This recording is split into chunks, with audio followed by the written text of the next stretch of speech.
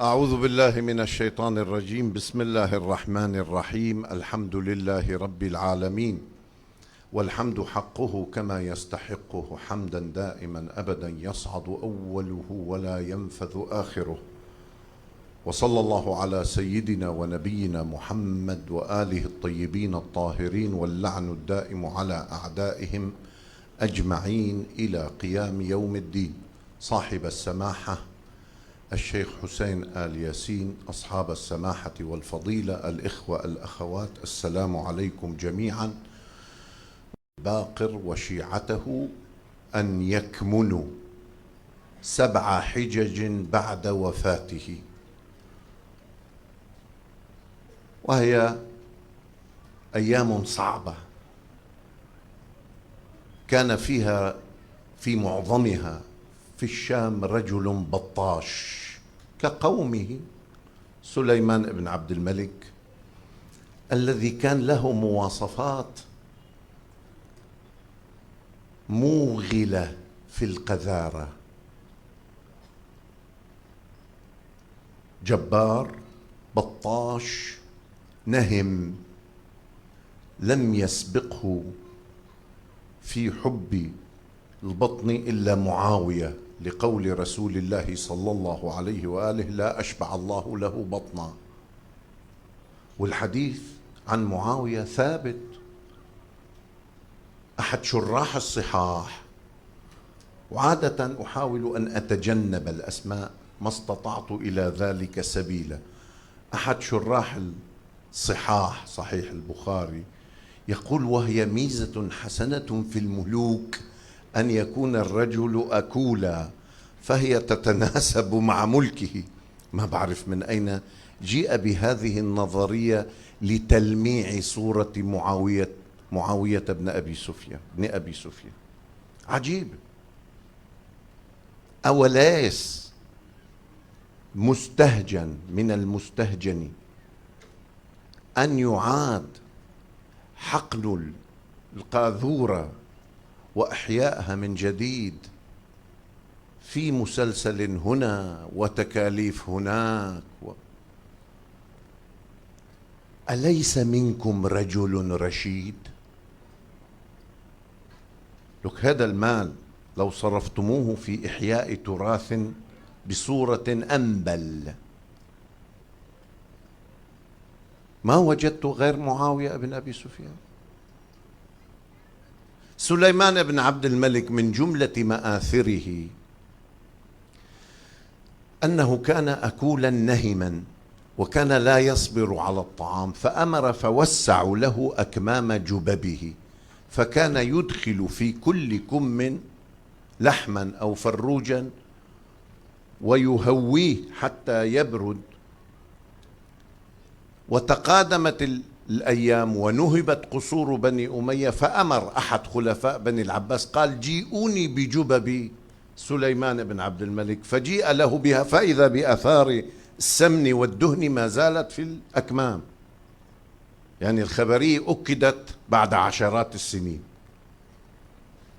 أمام هذا البطاش كان الشيعة في كمون، وقلنا إن الكمون مرة يكون موتا سريريا، هذا لم يعشه الشيعة ولا يوم، ببركة محمد وآل محمد.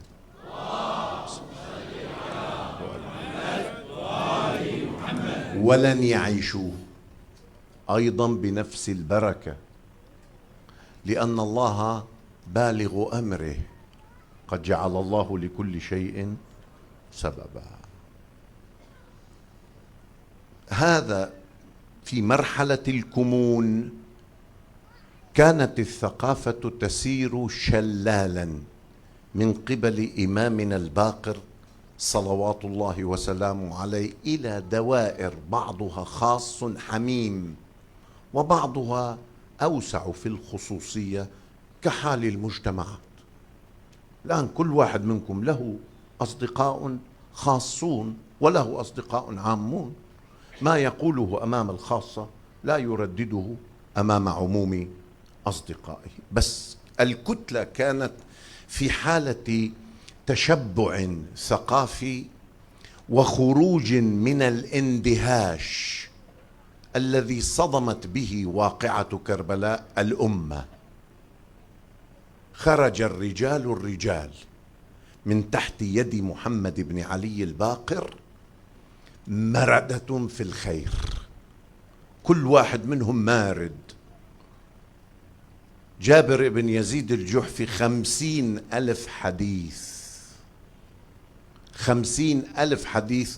من أي نوعية؟ من نوعية حدثني أبي عن أبيه عن المصطفى عن جبريل عن الله، بهذا العمق كان العمل، حتى نجمت قرون الخير وأعيد استنبات الولاء بعد أن أصيبت الأمة بحالة يأس. إمامنا زين العابدين يقول: قتل أبي الحسين وليس بين مكة والمدينة أكثر من 20 موال لنا، 20. كيف جمع صلوات الله وسلامه عليه الشتات ورصه بنيانا مرصوصا وجمع عليه الكثرة النوعية ثم أطلقها. حكم رجل من بني أمية اسمه عمر بن عبد العزيز، مرواني وبيان. قال أبو بصير: كنت مع الباقر عليه السلام في المسجد إذ دخل عمر بن عبد العزيز قبل خلافته، عليه ثوبان ممصران يعني موشيان، والثوب إما يوشى بخيطان الذهب أو بالحرير أو بالاستبرق أو يكون كله حرير وموشى بشرائط الذهب والفضة وغيره، متكئا على مولى له، وهو شاب ليس بحاجة أن يتكئ، لكنها الاستعراض، حالة الاستعراض التي كان شاب مترف لم يعهد عنه زهد قبل توليه الخلاف. فقال عليه السلام، قال الإمام الباقر: ليلين هذا الغلام فيظهر العدل ويعيش 4 سنين ثم يموت فيبكي عليه أهل الأرض ويلعنه أهل السماء. فقلنا: إذن أبو بصير لم يكن منفردا، حتى عبكرة يأشكل علي واحد كيف شاهد أبو بصير الثوبين الممصرين، معه ناس وعم يقولوا له دخل فلان وعليه ثوبان ممصران، انتهينا. فقلنا، من رواية واضحة، فقلنا يعني في جملة من الأصحاب، فقلنا: يا ابن رسول الله ذكرت عدله وإنصافه. طيب عم تذكر أنه عدل ومنصف، عادل ومنصف. قال: يجلس في مجلسنا ولا حق له فيه. الظلامة لا تزال هي الظلامة. إن العدل أيها السادة إن خرج ممن صفاته الظلم قد يكون مشوها أو لا يوصل إلى المطلوب.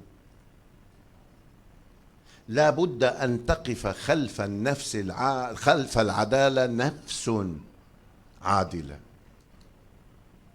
وإلا أسألكم بالله بكم يشتري أحدكم 3 أرغفة من الشعير؟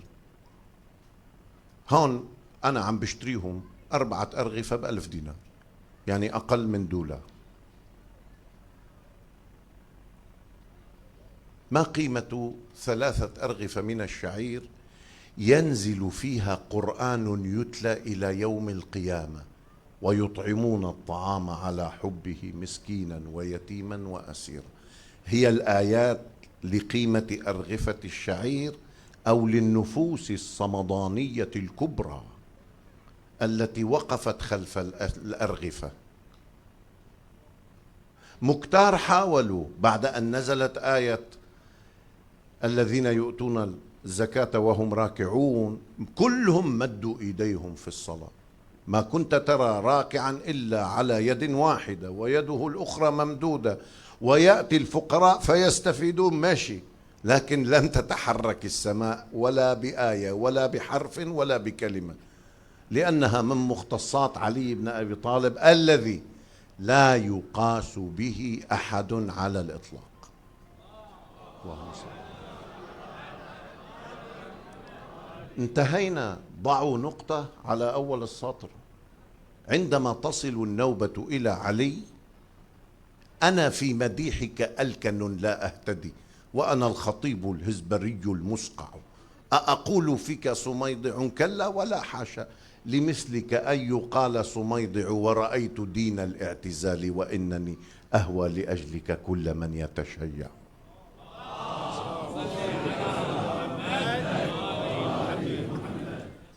دعك من الآيات. الآن قل إن عليا تصدق بخاتمه، علي تصدق ب3 أرغفة. انظر وقع الكلام على قلبك عندما يتراقص قلب المؤمن. نطفته نطفة حلال، علي المائز بين ابن الحلال وابن الحرام. يا علي لا يبغضك إلا منافق. أقول كلمة علي فقط. أنا ذكرت وأكرر ومصر: إن ربا أكرمنا بمحمد وعلي، حقيق بنا أن نعبده.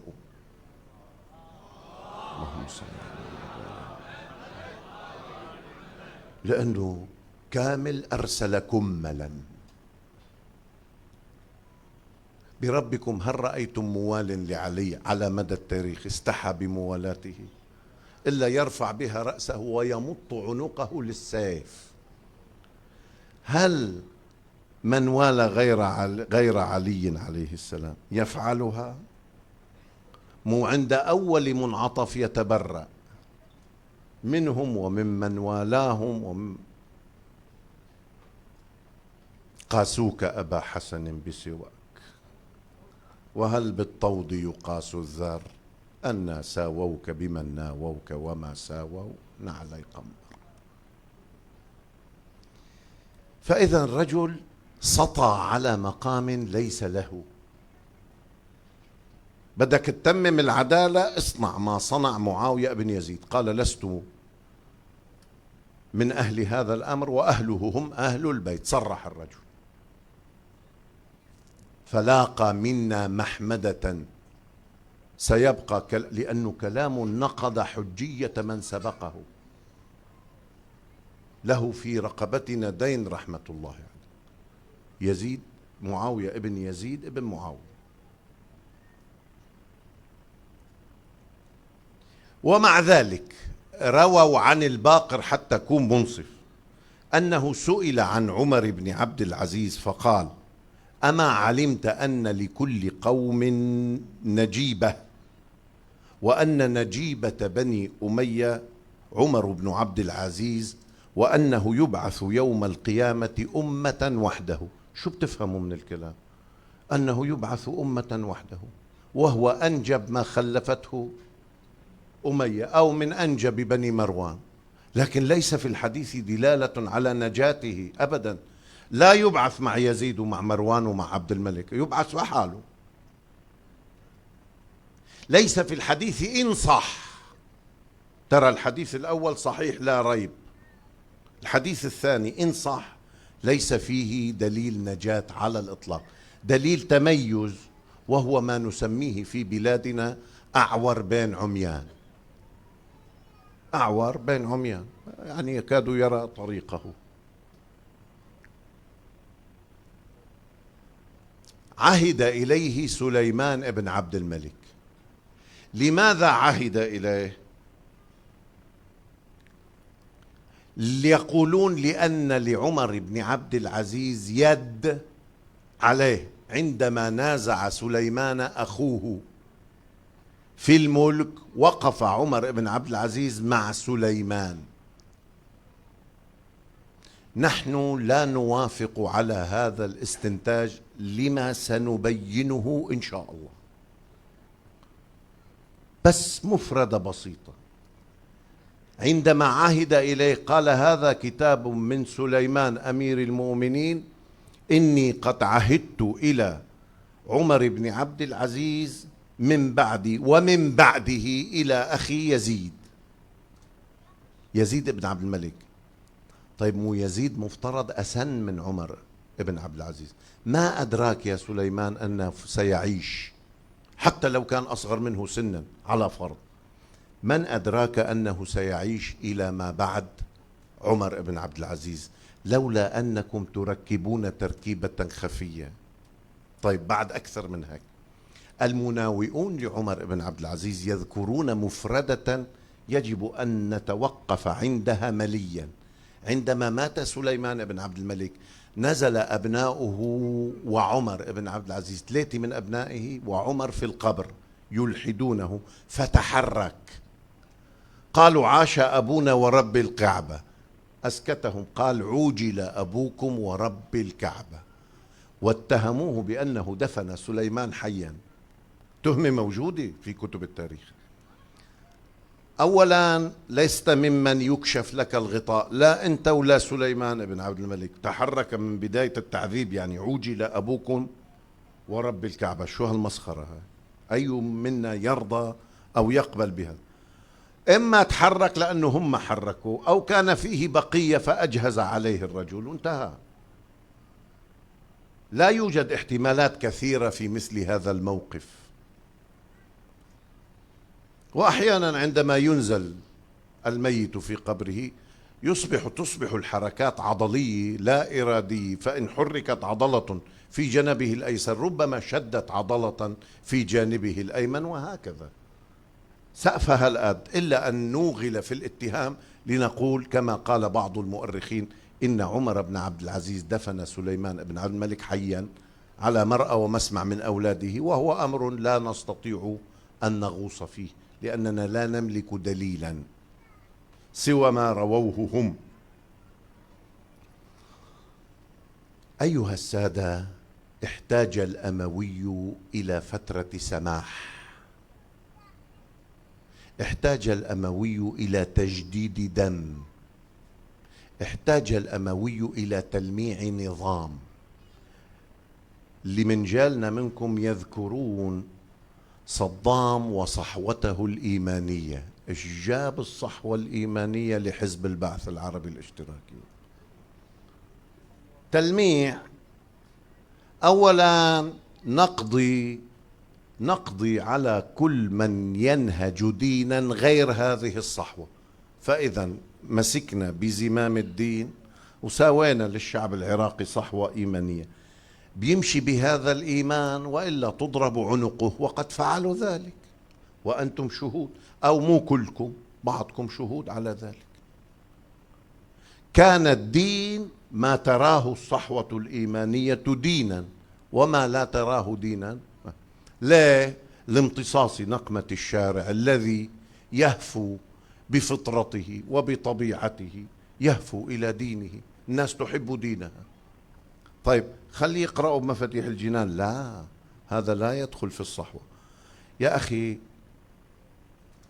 مجلس تعزية ماذا يضرك؟ لا، تجمعات يمكن أن تؤدي إلى ثورة.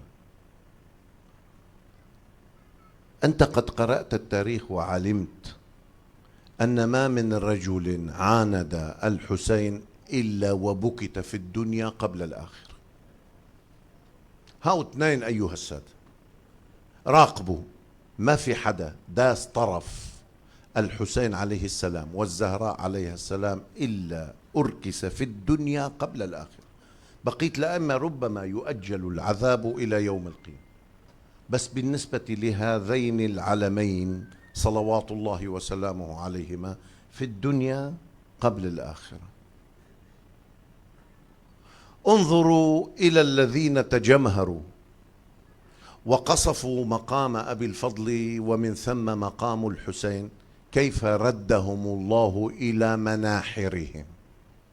من الأردن اجوا، واحد سرق البنك المركزي وهرب، صار برات البلاد، كيف سولت نفسه الرجوع إلا أن يكون لم يقرأ كيف رجعت الدابة بعمر بن سعد إلى مقتله على يد المختار. والأمثلة لا مشاحة فيها، ما عم بعمل إسقاطات أبدا. ما قرأوا تاريخ. ورأيتك النفس الكبيرة لم تكن حتى على من قاتلوك حقودا، فعلمت أنك نائل ما تبتغي حتما، وإن يك شلوك المقصود. ظنوا بأن قتل الحسين يزيدهم، لكنما قتل الحسين يزيد. وما زال، اللهم صل على محمد، وما زال الحسين إلى يومنا هذا يقتل في كل يوم يزيد. بشو؟ بإصبع مبتور بتر ليسرق منه الخاتم، وطفت بقبرك طوف الخيال بصومعة الملهم المبدع، فخلت وقد طهرت الذكريات بروحي إلى عالم أرفع، كأن يدا من وراء الضريح حمراء مبتورة الإصبع تمد إلى عالم بالخنوع والضيم ذي شرق مترع، لتبدل منه جديب الضمير بآخر معشوشب ممرع. رحم الله الجواهري على هذه الأبيات، رحمه الله. النص عمدة ما جئت لأجله الليلة، أضعه بين أيديكم أن تقرروا. النص يرويه الوليد بن هشام بن عبد الملك، واحد من الجلاوزة، يعني أمير درجة تانية.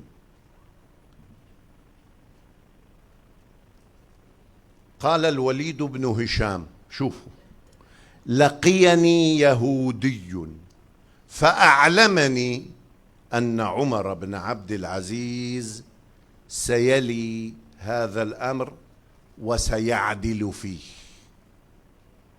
من أين علم اليهودي أن عمر بن عبد العزيز سيحكم؟ بل من أين علم أنه سيعدل؟ إذن هو مخطط عدالة وليست عدالة اجتراحية،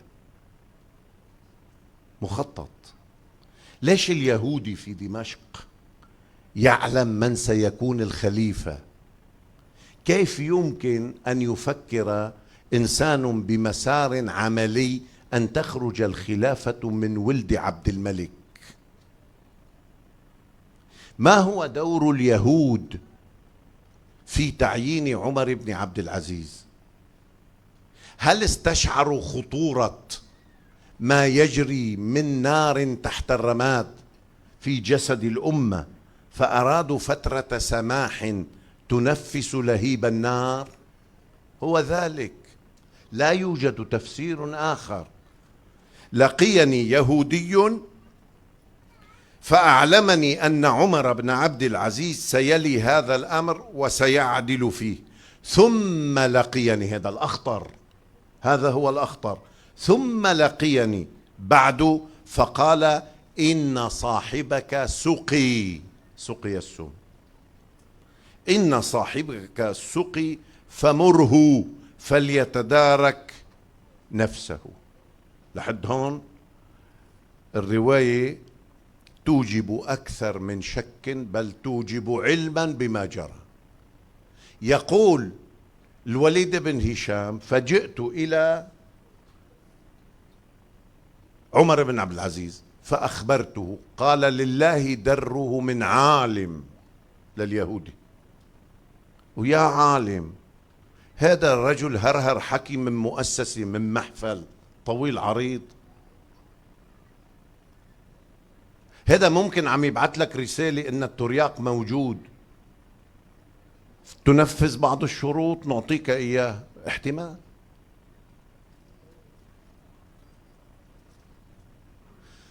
قال: لله دره ما أعلمه أو ما أعلمه، والله لو كان شفائي، ولقد علمت الساعة التي سقيت بها، ولو كان شفائي بأن أرفع يدي إلى شحمة أذني ما فعلت، أو كطيب أشمه لما فعلت. أنا مستسلم للموت. وعدوها من مناقبه أنه علم بالسم فلم يتدارك نفسه. طيب يا أيها المؤرخ الأشوه الأخرق، لما منقول لك أن علي بن موسى الرضا شرب السم واستسلم لمشيئة الله، لماذا تقول قتل نفسه هناك وعند عمر بن عبد العزيز تعدها منقبة؟ تلك إذن قسمة ضيزة. ليه؟ شو عدا مما بدا؟ ما الذي يجري؟ خبرونا. إذن في يهودي تنبأ بحكم عمر بن عبد العزيز، ونفس اليهودي تنبأ بالسم له، والأمر كما خطط له سليمان بن عبد الملك فترة سماح. إمامنا الباقر في تلك الفترة أطلق المدرسة في فترة عمر بن عبد العزيز، أطلق المدرسة التي ما زلنا نرفل بوهجها إلى يومنا هذا. من المفارقات أن عمر بن عبد العزيز ذكر يوما إمامنا زين العابدين فقال: ذهب سراج الدنيا وجمال الإسلام وزين العابدين. فقيل له إن ابنه أبا جعفر محمد بن علي فيه بقية، فكتب إليه كتابا في المدينة، فجاوبه الإمام بكتاب فيه وعظ يعظه فيه. شوف من هين الرجل، يريد أن يختبر الإمام، ما هو بيعرفه، وسأثبت لكم أنه يعرفه تماما. فكتب إليه الإمام يعظه. لما نوصل الكتاب: رجل في المدينة من آل رسول الله صلى الله عليه وآله يعظني، قال: جيئوا بكتابه إلى سليمان. كان سليمان قد خاطب الإمام فجاوبه، وإذا بكتاب الإمام إلى سليمان فيه تقريض، فأرسل إلى واليه في المدينة، قال: أرسل خلف محمد بن علي فقل له: لماذا خاطبت سليمان بخطاب فيه تقريض، وخاطبت الخليفة الآن عمر بن عبد العزيز بخطاب فيه تنبيه، فيه وعظ؟ أرسل الوالي خلف الإمام، قال: ذاك جبار، تكلمت معه بما يتكلم به مع الجبارين، مثل الأنبياء اللي ذكرهم القرآن. لما بتوصلوا لعند فرعون: يا موسى ويا هارون قولا له قولا لينا. خطاب الجبارين. أما هذا فقد نفج صدره وعرض كتافه وقال: أنا عادل أخاطبه بما يليق بما عنون به نفسه. لما رجع الجواب إلى عمر بن عبد العزيز قال: لا يخلو هذا البيت من بقية. ما معك خبر يا عمر بن عبد العزيز أن هذا البيت الذي هو عدل الثقل الأكبر لا يخلو من بقية؟ الآن استيقظ. ولا محاولات التجميل عادة بتزبط مع اللي عليها مسحة من جمال، أما تدس إلى العطار سيرة أهلها، وهل يصلح العطار ما أفسد الدهر. بعد واقعة كربلاء شو بدك تصلح يا أموي لتصلح؟ ما أنت أصبحت مجرما بشكل رسمي، ومجرم على مستوى الإنسانية. أول ما بويع عمر بن عبد العزيز أرسل خلف الإمام، بيعرفوا، فانتقل الإمام إلى دمشق، فالتقى به ساعة ثم قال: الإذن بالمغادرة يا أمير المؤمنين، بدي غادر. قال: عظني. قال: اتخذ الكبير أبا والصغير ولدا، أو ينبهك أنك لا تثير غبارا بوجه أقربائك حتى لا تلقى مصيرك الذي أنا أعلمه. دير بالك منهم، هل التقطها عمر بن عبد العزيز؟ وإن التقطها كم كان يملك من هامش للمناورة؟ لأنه لا يصلح، أعم الأغلب في تلك البوتقة لا تصلح أن يتخذ فيها الكبير أبا والصغير ابنا، وليست موعظة عامة، لا، موعظة خاصة لعمر بن عبد العزيز أراد إيقاظه. وعلى فرض أن عمر التقطها، لا أظنه يملك هامشا للمناورة فعالا، لما سمعناه من اليهودي الذي أحكم صندوقه الأسود الآمر. رد فدك إلى أهل البيت، تقرؤون رد فدك إلى أهل البيت، هو أول من ردها. كيف ردها؟ اقرأوا جيدا.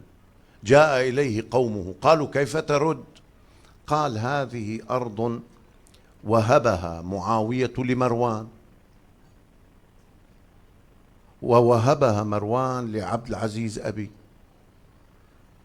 وأنا اشتريت حصة إخوتي وبعضهم وهبني حصته، فأحببت أن أردها إلى أصحابها. قالوا له لا، ما بتردها، بترد النمى فقط، النماء، ما بترد العين. وبالفعل ما رده عمر بن عبد العزيز هو الغلة كان يقبضها محمد بن علي الباقر صلوات الله وسلامه عليه، وعبد الله بن الحسن المثنى. رد الغلة، لكن في رده لفدك إدانة للنظام السابق. هل كان عمر بن عبد العزيز يريد أن يؤسس له ولولده تأسيسا جديدا مشفوعا باللين في مكان ما؟ لأنه فدك موضوع حساس جدا، أن يرده ولو على مستوى الغلة يعني أدان من سبقه. هذه الإدانة هل تقصدها عمر بن عبد العزيز؟ نعم تقصدها. عندما يتقصد ذلك هذا يعني أنه يريد أن يؤسس شيئا جديدا باستيعاب لم يقاربه إليه إلا المأمون العباسي، في استيعاب للحالة الشيعية المتنامية.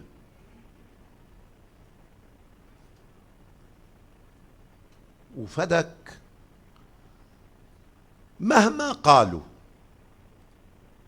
طالبت الزهراء وأوضحت حجتها، قالت إن كنتم تعتبرونها ميراثا من مال رسول الله تفضلوا اعطوني، وإذا كنتم بتعتبروها نحلة فقد وهبني إياها رسول الله في حياته، عندما قال الله تعالى وآتي ذا القربى حقه. وفدك العوالي لم يوجف عليهما المسلمون بخيل ولا رجال. العوالي كانت لمخيريق اليهودي الذي قال عنه رسول الله مخيريق خير يهود. عندما جاء المشركون يوم أحد وأحاطوا بالمدينة قال لي اليهود ألستم تعلمون أنه نبي؟ قالوا بلى. قال فما بالكم لا تنصرونه؟ قالوا اليوم يوم سبت ما منتحرك. قال لا سبت لكم اليوم، لبس لامة حربه وانحدر واستشهد في المعركة. الوحيد الذي دخل في الإسلام ولم يصلي ولا صلاة وهو من أهل الجنة هو مخيريق اليهودي الذي أشهد اليهود وأشهد المسلمين أن كل ما يملك من حدائق في العوالي هي ملك طلق لرسول الله صلى الله عليه وآله. وعندما أخذ رسول الله فدك صلحا لم يوجف عليها المسلمون بخيل ولا رجال، فهي مصطفاة لنبينا صلى الله عليه وآله. طيب إما دخلت في ملكه والدنيا كلها ملكه، فتفضلوا ورثوا بنته على قاعدة وورث سليمان داود. ما بدكم أنا بثبت لكم أنه أعطاني إياها رسول الله نحلة عندما نزل قوله تعالى وآتي ذا القربى حقه، فأعطاني إياها. ومعي شهود. أول شاهد علي صلوات الله وسلامه عليه، الذي قال الله فيه مشركا إياه معه في الشهادة: ويقول الذين كفروا لست مرسلا قل كفى بالله شهيدا بيني وبينكم ومن عنده علم الكتاب. ليش الله أشركوا معه بالشهادة؟ لأنه بطبيعة الحال سلوك علي النموذجي الذي لا يدانيه سلوك صلوات الله وسلامه عليه، هذا السلوك العظيم يكشف عن دين عظيم وعن نبي عظيم. وإن دينا ونبيا يخرجان للبشرية فذا كعلي بن أبي طالب هو دين حق يجب أن نتبعه. ويقول الذين كفروا لست مرسلا قل كفى بالله شهيدا بيني وبينكم ومن عنده علم الكتاب. ومع الحسن والحسين اللذين صلوات الله وسلامه عليهما وقعوا شهدوا مع رسول الله معاهدته مع بني سعد وهم أطفال، جعلهم شهودا على معاهدة مع بني سعد. إذن هم أطفال معصومون مميزون سيدا شباب أهل الجنة. ومعي أيمن التي استشهد ابنها وهي مولاة رسول الله وقد بشرها بالجنة، ومعي ومعي ومعي، ومع ذلك لم تقم بينة. بالفعل قال الإمام الصادق: ما ظلم رجل كما ظلم علي، إن الله طلب للقتل شاهدين فإذا توفرا قتل القاتل. وأمير المؤمنين معه 114 ألف شاهد في غدير خم لم تقم له بينة عند هذه الأمة المركوسة المعكوسة. في رواية يرويها أظن الشيخ الصدوق، يعني ما محقق بصحتها، عن علي صلوات الله وسلامه عليه: لا زلت مظلوما مذ ولدتني أمي وإن عقيلا ليرمد فيأبى أن يذر إلا أن أذر معه فأذر وما بي من رمد. يصرخ عقيل: ما بحط بعيوني الدواء، دواء مؤلم على ما يبدو، إلا ما تحطوا لعلي مثله، فيحطوا لي وأنا ما بي من رمد. هلأ الرواية ليش عم أقول لم أحقق في صحتها؟ لأنه الفرق بين عقيل وعلي على الأقل 10 سنوات، فممكن أن عليا كان في 5 سنوات وعقيل في 14 15 ممكن. أنا لا أرد شيئا على أهل البيت، أرده إلى أهل البيت وأقول الله ورسوله وأهل البيت أعلم. أوقف لعن علي صلوات الله وسلامه عليه. أيضا هذا يستبطن إدانة لمن سبقه ولمن أسس هذا الأساس. أتظنون أن معاوية هو من أسس أساس سب علي عليه السلام؟ لا، قد سبقه غيره. ومن أراد فليراجع ما رد به القوم على الزهراء صلوات الله وسلامه عليها، تجدون أقبح الألفاظ التي تشتمل على انتقاص من حق مولانا وزوجه المباركة علي والزهراء صلوات الله وسلامه عليه. مش هذه كلها لا تقف أمام ما قاله الإمام الباقر: يجلس في مجلسنا ولا حق له فيه. بعد ما رجعت الأمور إلى أولاد عبد الملك رجع سب أمير المؤمنين على المنابر، وعادت فدكوا فغصبت حتى على مستوى الغلة. وجاء هشام بن عبد الملك الحاقد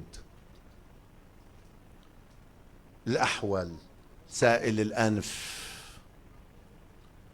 لم يحتمل وجود الإمام. وبالفعل تراكمات عقد زاد فيها قول الفرزدق: ما قال لا قط إلا في تشهده. هشام موجود، لولا التشهد كانت لاؤه نعم. دس السم إلى إمامنا صلوات الله وسلامه عليه، فلما شعر بدنو أجله بأبي وأمي أفرد 800 درهم لمأتمه، تأسيا بالسنة التي قال فيها رسول الله صلى الله عليه وآله: اتخذوا لآل جعفر طعاما فإنهم فقد شغلوا. 800 درهم لإطعام المعزين بعزائه. هذا الحديث أضعه برسم المتفلسفين، اللي إذا صنعنا مائدة لأبي عبد الله أو لأم البنين تشدقوا وسال الريق من أشفار شفاههم وبدأوا بالتنظير. يا إخوان، المسألة مسألة سنن. إطعام الطعام من أهم ما جاء به الإسلام، فكيف إذا كان الطعام على اسم معصوم؟ دعوا الناس، ما حدا عم يأكل لأنه جوعان. نحن نبحث عن طعام المجالس لنستشفي به، وبعضه نصنع منه كحلا لعيوننا لزوال الغشاوة عن بصيرتنا، مش عن أبصارنا فحسب. دعونا نأكل من هذه البركة، دعونا نتمتع. خل يربى لحمنا وعظمنا على طعام أهل البيت فلا تمسه النار. أخبرني زميل لي وما زال حيا، عمه رحمة الله عليه أخو أبيه زار الإمام الرضا. وبتذكروا عندما كان العراق مقفل كانت البر من لبنان يمر سوريا تركيا ثم تبريز إيران، يعني ثم فوصلوا إلى مشهد الرضا صلوات الله وسلامه عليه. اشترى له ولزوجه قليلا من لحم. هم وراجعين وجدوا منفرجا ما في زحمة كتير عند الإمام الرضا، فوضع اللحم في جيبه ودخل فزار ثم عاد إلى المسكن. حاولوا بشتى الطرق أن يطبخوا اللحم فلم ينطبخ، إلى أن جاء أحدهم ممن مع الحملة قال: عمي دخلت فيه إلى حرم الإمام الرضا؟ قال: نعم. قال: خلص حيدوه، هذا لن تمسه النار. وهاي شهود موجودين أحياء. اللهم صل على محمد. دعونا نأكل من كرم أئمتنا تجلو بصائرنا. وأوقف من ماله المبارك مالا جليلا لنوادب يندبنه في منى أيام الحاج لمدة 10 سنوات. أراد أن يكرس الظلام في دائرة واسعة. لا زلنا مع إمامنا الباقر مقصرين مهما فعلنا. نقول: يا ابن رسول الله، إن الهدايا على مقدار مهديها. نسأل الله أن نكون قد وفقنا في هذه السلسلة عن إمامنا الباقر صلوات الله وسلامه عليه. اللهم كن لوليك الحجة بن الحسن صلواتك عليه وعلى آبائه في هذه الساعة وفي كل ساعة وليا وحافظا وقائدا وناصرا ودليلا وعينا، حتى تسكنه أرضك طوعا وتمتعه فيها طويلا برحمتك يا أرحم الراحمين.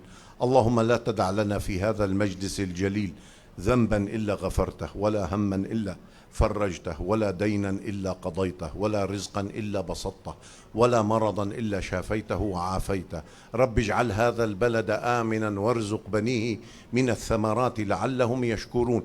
المؤسسون لهذا المجلس على رأسهم سماحة الشيخ حسين آل ياسين إلى أمواته وأموات الحاضرين ومن مات على الإيمان، نهدي الجميع المباركة الفاتحة تسبقها الصلاة على محمد وآل محمد.